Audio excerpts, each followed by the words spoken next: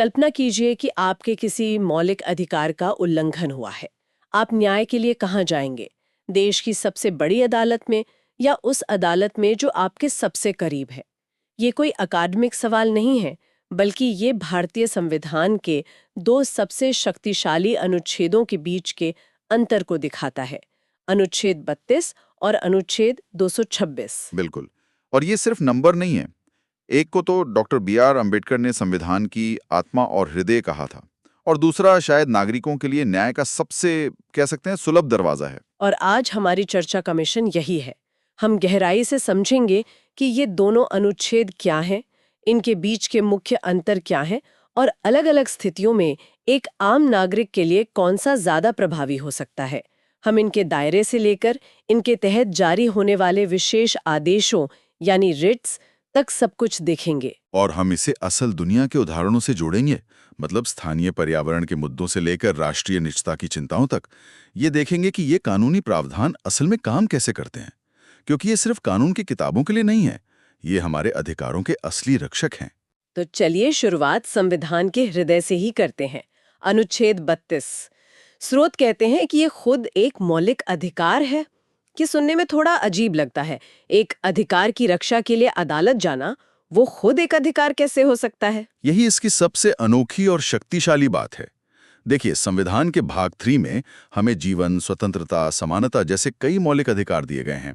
अनुच्छेद 32 ये कहता है कि अगर इनमें से किसी भी अधिकार का हनन होता है, तो सीधे सुप्रीम कोर्ट जाने का आपका अधिकार भी एक मौलिक अधिकार है। अच्छा, तो ये सिर्फ एक प्रक्रिया नहीं बल्कि एक गारंटी है। मतलब सरकार ये कानून नहीं बना सकती कि आप अपने अधिकारों के हनन पर सुप्रीम कोर्ट नहीं जा सकते। बिल्कुल, ये एक ऐसी गारंटी है जिसे छीना नहीं जा सकता।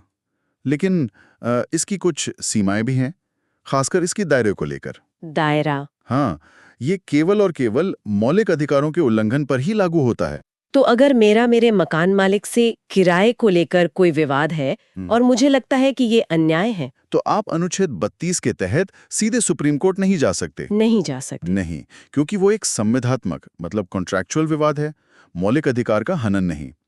उसके लिए दूसरे कानून और निचली अदालतें हैं। अच्छा। लेकिन हाँ, अगर सरकार बिना किसी कानूनी प्रक्रिया के आपके घर पर बुलडोजर चला दे, तो ये आपके जीवन और आश्रय के अधिकार का उल्लंघन हो सकता है, और तब अनुच्छेद 32 तस्वीर में आ सकता है। समझ गई। और पहुंच के मामले में ये हमें सीधे देश की सबसे बड़ी अदालत तक ले जाता है। लेकिन इसमें एक व्यावहारिक दिक्कत भी तो है ना। मैं सोच रही थी कि कन्याकुमारी में रहने वाले किसी व्यक्ति के लिए दिल्ली आकर सुप्रीम कोर्ट में केस लड़ना कितना मुश्किल और महंगा होगा। ये एक बहुत ही जायज मुद्दा है। सैद्धांतिक रूप से ये सबसे ऊंची पहुंच है, लेकिन व्यावहारिक रूप से ये सबके लिए सुलभ नहीं है। और एक और पहलू है जिसे स्रोत उपचार की प्रकृति कहते हैं। अनुच्छेद 32 एक अनिवार्य उपाय है। अनिवार्य? इसका क्या मतलब? इसका मतलब है कि अगर कोई ये साबित कर दे कि उसके मौलिक अधिकार का उल्लंघन हुआ है, तो सुप्रीम कोर्ट मामले की सुनवाई से इनकार नहीं कर सकता।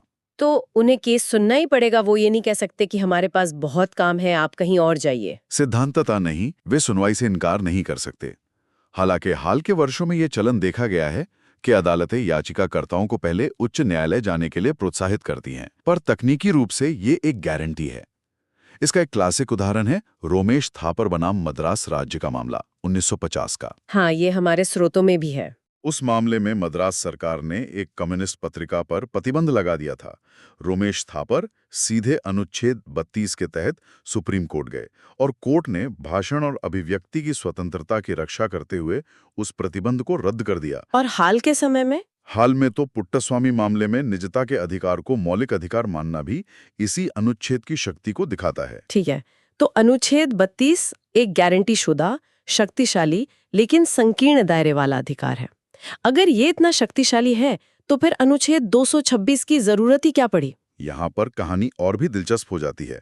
अनुच्छेद 226 उच्च न्यायालयों यानी हाई कोर्ट्स को रिट जारी करने की शक्ति देता है, और इसका दायरा अनुच्छेद 32 से भी बड़ा है। बड़ा? ये कैसे? अनुच्छेद 32 तो मौलिक अधिकारों का रक्षक है, उससे बड़ा क्या हो सकता है? अनुच्छेद 32 सिर्फ मौलिक अधिकारों के लिए है, लेकिन अनुच्छेद 226 वो न केवल मौलिक अधिकारों के लिए, बल्कि किसी भी अन्य उद्देश्य के लिए भी इस्तेमाल किया जा सकता है। किसी भी अन्य उद्देश्य मतलब? इसका मतलब है कि यह अन्य कानूनी अधिकारों, जैसे आपके मकान मालिक के साथ हुआ संविदात्मक विवाद या किसी प्रशासनिक निर्णय से जुड़ी नाइंसाफी, इन सब मामलों में भी लागू होता है। अरे वाह! तो जो उदाहरण हमने पहले लिया था किराए के विवाद का, उसके लिए मैं हाई कोर्ट जा सकती हूँ? हाँ, अगर उसमें कोई कानूनी अधिकार का उल्लंघन हुआ है तो आप अनुच्छेद 226 के तहत हाईकोर्ट जा सकते हैं। और इसका दूसरा बड़ा फायदा है पहुंच का। पहुँच का? भारत में 25 उच्च न्यायालय हैं जो देश के अलग अलग हिस्सों में फैले हुए हैं। आपके कन्याकुमारी वाले उदाहरण के लिए चेन्नई में स्थित मद्रास हाईकोर्ट जाना दिल्ली जाने से कहीं ज्यादा आसान और कम खर्चीला है। लेकिन यहाँ एक महत्वपूर्ण अंतर भी है। स्रोतों में लिखा है कि ये शक्ति विवेकाधीन यानी डिस्क्रेशनरी है। इसका क्या मतलब हुआ? मतलब ये हाईकोर्ट के मूड पर है कि वो चाहे तो केस लें, चाहे तो मना कर दें। मूड तो नहीं कहेंगे, लेकिन हाँ, ये एक बहुत महत्वपूर्ण अंतर है। उच्च न्यायालय के लिए अनुच्छेद 226 के तहत कार्रवाई करना अनिवार्य नहीं है। अगर उन्हें लगता है कि कोई और वैकल्पिक उपाय यानी ऑल्टरनेटिव रेमेडी मौजूद है, जैसे कोई निचली अदालत या ट्रिब्यूनल, तो वो रिट जारी करने से मना कर सकते हैं। जबकि अनुच्छेद 32 में सुप्रीम कोर्ट मना नहीं कर सकता। बिल्कुल, यही मुख्य अंतर है। इस अनुच्छेद की शक्ति दिखाने वाला कोई बड़ा मामला है? एक बहुत ही प्रसिद्ध मामला है उत्तर प्रदेश राज्य बनाम राजनारायण 1975 का। इसमें इलाहाबाद उच्च न्यायालय ने अनुच्छेद 226 का उपयोग करके तत्कालीन प्रधानमंत्री इंदिरा गांधी के चुनाव को ही रद्द कर दिया था। एक मिनट, इलाहाबाद हाई कोर्ट ने एक सिटिंग प्राइम मिनिस्टर का चुनाव रद्द कर दिया। ये तो बहुत बड़ी बात है। ये अनुच्छेद 226 की शक्ति को एक अलग ही स्तर पर दिखाता है। बिल्कुल, और ये मामला सीधे तौर पर मौलिक अधिकारों से नहीं, बल्कि चुनावी कानूनों के उल्लंघन जैसे अन्य कानूनी अधिकारों से जुड़ा था। यह अनुच्छेद 226 के व्यापक दायरे का एक बेहतरीन उदाहरण है। अच्छा, तो मेरे दिमाग में इन दोनों की एक तस्वीर बन रही है। एक तरफ हमारे पास अनुच्छेद 32 है, जो एक लेजर गाइडेड मिसाइल की तरह है, सिर्फ और सिर्फ मौलिक अधिकारों के लिए, लेकिन अपने लक्ष्य पर अचूक और गारंटी शुदा। हाँ, बहुत अच्छी उपमा है। और दूसरी तरफ अनुच्छेद 226 है, जो एक स्विस आर्मी नाइफ जैसा है। ये कई तरह के मामलों में काम आता है, मौलिक और अन्य कानूनी अधिकार दोनों, और ये आसानी से उपलब्ध भी है। लेकिन इसका इस्तेमाल करना है या नहीं, ये चाकू चलाने वाले यानी हाईकोर्ट के विवेक पर निर्भर करता है। बिल्कुल सही समझा। अगर हम सीधी तुलना करें तो दायरे के मामले में अनुच्छेद 226 साफ तौर पर ज्यादा प्रभावी है। पहुंच के मामले में भी अनुच्छेद 226 बेहतर है। लेकिन जब बात उपचार की गारंटी की आती है तो वहां अनुच्छेद 32 ज्यादा शक्तिशाली है, क्योंकि वो खुद एक मौलिक अधिकार है। एक और पहलू है अंतिम निर्णय और अपील का। अगर सुप्रीम कोर्ट अनुच्छेद 32 के तहत कोई फैसला देता है तो वो अंतिम है ना? हाँ, उसके खिलाफ केवल एक समीक्षा याचिका दायर की जा सकती है, जिसके सफल होने की संभावना बहुत कम होती है। और 226 के मामले में अनुच्छेद 226 के तहत उच्च न्यायालय के फैसले के खिलाफ सुप्रीम कोर्ट में विशेष अनुमति याचिका यानी स्पेशल लीव पिटिशन के तहत अपील की जा सकती है। तो इसका मतलब ये हुआ कि अनुच्छेद 32 अंतिम समाधान जल्दी देता है, लेकिन अनुच्छेद 26 में एक और समीक्षा का मौका मिलता है। तो यहाँ भी ये स्थिति पर ही निर्भर करता है कि किसी के लिए क्या बेहतर है। बिल्कुल, कोई एक सीधा जवाब नहीं है। दोनों की अपनी अपनी जगह है और वे एक दूसरे के पूरक हैं। दोनों अनुच्छेद रिट जारी करने की बात करते हैं। इस शब्द थोड़ा तकनीकी लगता है। ये रिट्स असल में हैं क्या? रिट्स मतलब अनिवार्य रूप से न्यायालय द्वारा जारी किए गए लिखित आदेश हैं, जो किसी अधिकारी, सरकार या निचली अदालत को कुछ करने या न करने का निर्देश देते हैं। ये अंग्रेजी कानून से लिए गए हैं। चलिए इन्हें एक एक करके समझते हैं। ठीक है। पहली है बंदी प्रत्यक्षीकरण या हेबियस कॉर्पस। लैटिन जैसा लगता है। हाँ, इसका शाब्दिक अर्थ है शरीर को प्रस्तुत करो। ये रिट किसी व्यक्ति को अवैध हिरासत से बचाने के लिए जारी की जाती है। अगर किसी को गलत तरीके से हिरासत में रखा गया है तो कोर्ट ये आदेश देता है कि उस व्यक्ति को कोर्ट के सामने पेश किया जाए। तो ये असल में अदालत का तरीका है यह कहने का कि उस व्यक्ति को हमारे सामने लाओ और साबित करो कि यह गिरफ्तारी कानूनी है। एकदम सही। और ये राज्य और निजी व्यक्ति दोनों के खिलाफ जारी हो सकती है। ये व्यक्तिगत स्वतंत्रता की सबसे बड़ी रक्षक है। ठीक है। दूसरी है परमादेश या मैंडामेस। इसका अर्थ है हम आदेश देते हैं। ये किसी सार्वजनिक अधिकारी को अपना कानूनी कर्तव्य निभाने का आदेश देता है, जिसे करने में वो विफल रहा है या करने से मना कर रहा है। अच्छा, तो मान लीजिए नगर निगम मेरे इलाके की टूटी सड़क ठीक नहीं कर रहा है, जो कि उनका कर्तव्य है, तो मैं इस रिट के लिए कोर्ट जा सकती हूँ? सिद्धांत रूप में हाँ। अगर ये साबित हो जाए कि ये उनका स्पष्ट कानूनी कर्तव्य है और वे उसे नहीं निभा रहे हैं, तो कोर्ट उन्हें ऐसा करने का आदेश दे सकता है। दिलचस्प। तीसरी है प्रतिषेध या प्रोहिबिशन। इसका मतलब है रोकना। हाँ, ये एक उच्च न्यायालय द्वारा निचली अदालत को उसके अधिकार क्षेत्र से बाहर काम करने से रोकने के लिए जारी किया जाता है। ये एक निवारक रिट है, मतलब ये किसी गलत काम को होने से पहले ही रोक देती है। तो फिर चौथी रिट उत्प्रेषण या सर्टरोरी, इससे कैसे अलग है? स्रोत बताते हैं कि ये भी कुछ ऐसा ही काम करती है। यहाँ एक बारीक लेकिन महत्वपूर्ण अंतर है। प्रतिषेध यानी प्रोहिबिशन तब जारी होता है जब मामला निचली अदालत में चल ही रहा हो, उसे रोकने के लिए। उत्प्रेषण यानी सर्श्योरिटी तब जारी होता है जब निचली अदालत अपना फैसला दे चुकी हो। अच्छा। इसके तहत उच्च न्यायालय उस गलत फैसले को रद्द कर सकता है या मामले को अपने पास मंगा सकता है। तो प्रोहिबिशन रोकता है और सर्श्योरिटी दिए गए फैसले को सुधारता है। समझ गई। एक होने से पहले रोकता है और दूसरा होने के बाद उसे ठीक करता है।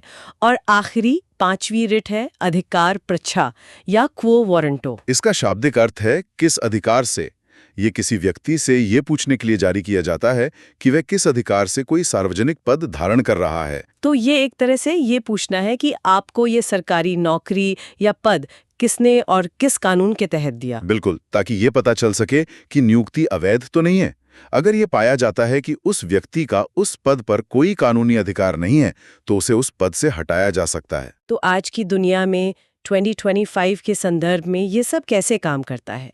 क्या हमारे पास हाल के उदाहरण हैं जो इनकी प्रासंगिकता दिखाते हैं? बिल्कुल, हमारे स्रोत कुछ बहुत अच्छे उदाहरण देते हैं, जैसे डिजिटल निष्ठा का मुद्दा। मान लीजिए आधार वॉइस ऑथेंटिकेशन जैसी कोई राष्ट्रीय स्तर की नीति आती है जिसका असर पूरे देश के नागरिकों पर पड़ता है। ऐसे मामलों के लिए अनुच्छेद 32 के तहत सीधे सुप्रीम कोर्ट में जनहित याचिका यानी PIL ज्यादा उपयुक्त है, ताकि देशव्यापी निर्देश जारी किए जा सकें। सही। और स्थानीय मुद्दों के लिए, जैसे कोई पर्यावरण से जुड़ा मामला हो, जैसा हमारे स्रोतों में इंदौर के ग्रीन वेस्ट प्लांट का जिक्र है, उसके लिए अनुच्छेद 226 बेहतर है।